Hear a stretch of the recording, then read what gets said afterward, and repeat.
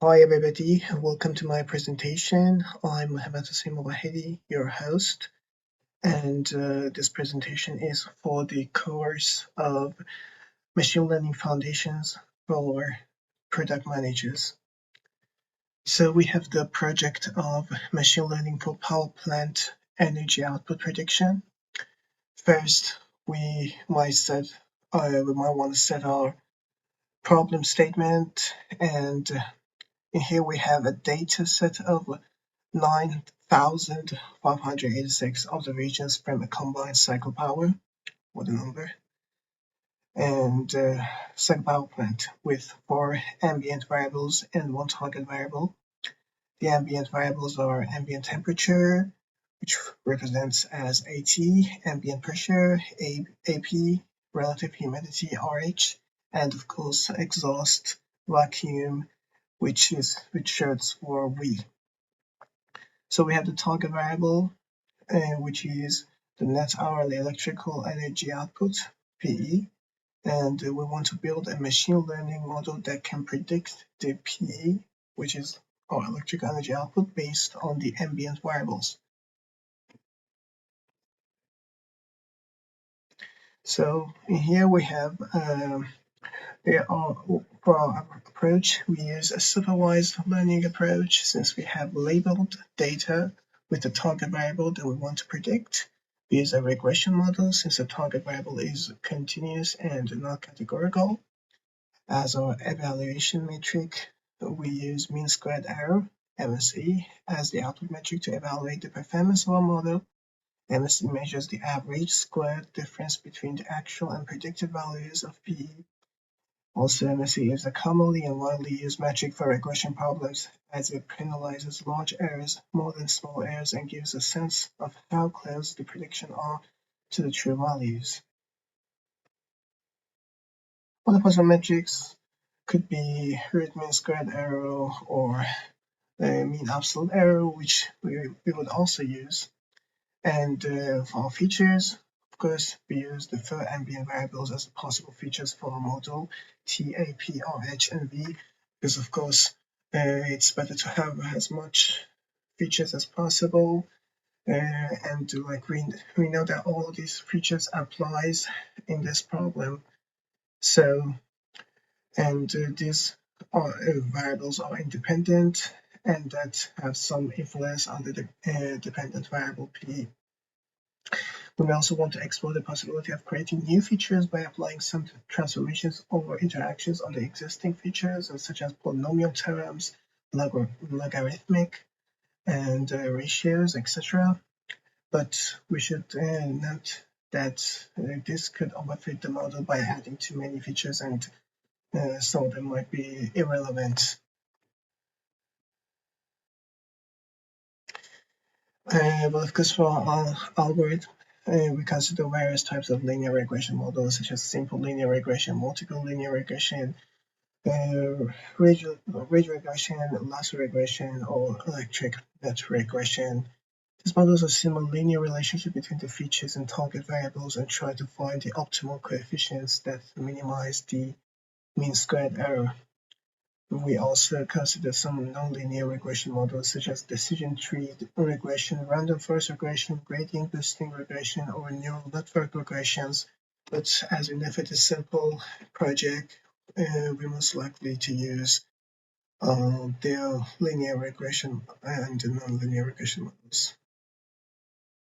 These models can capture, like neural networks and forest regressions, could capture more complex and nonlinear patterns in the data, but they also require much tuning and regularization to avoid overfitting.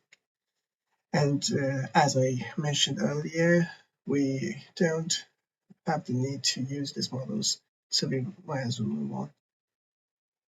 For the data splitting, we split our data to create a test set where we evaluate the performance of a model on unseen data.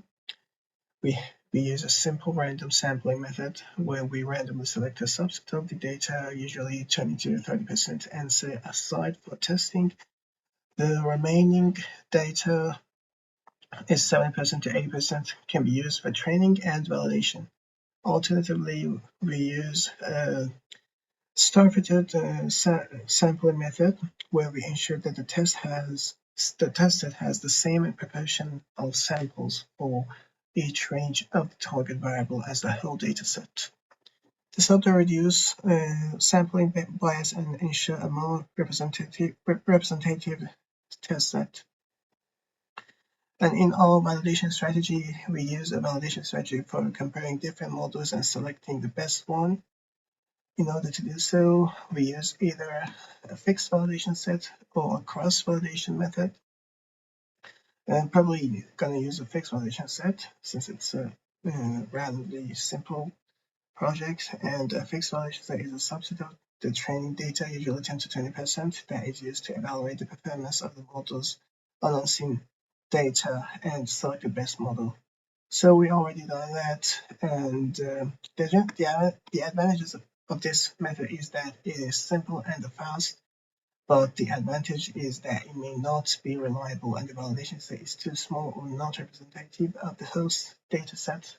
But as I mentioned earlier, this project is too simple, so we might as well use the fixed set of validation data, and might as well explain briefly the cross-validation, which is a method of technique where the training data is split into k equal folds, usually 5 to 10, and each fold is used as a validation set once, while the rest of the folds are used as a training set. The performance of the model is then averaged over the k folds.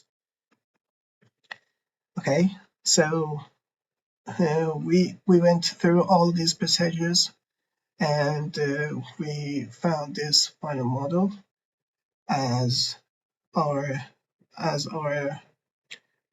final model, and as you can see, we have the independent variables here, which are 4 features: ambient temperature, exhaust pressure, exhaust vacuum, ambient pressure, and of course the relative humidity.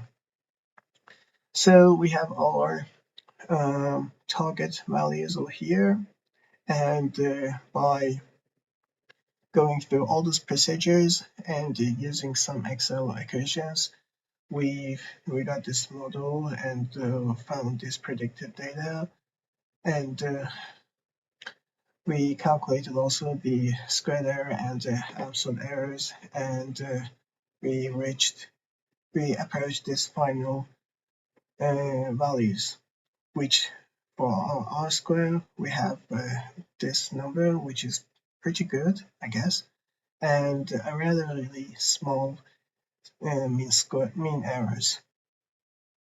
Alright, that was all for my presentation. Thank you so much for listening.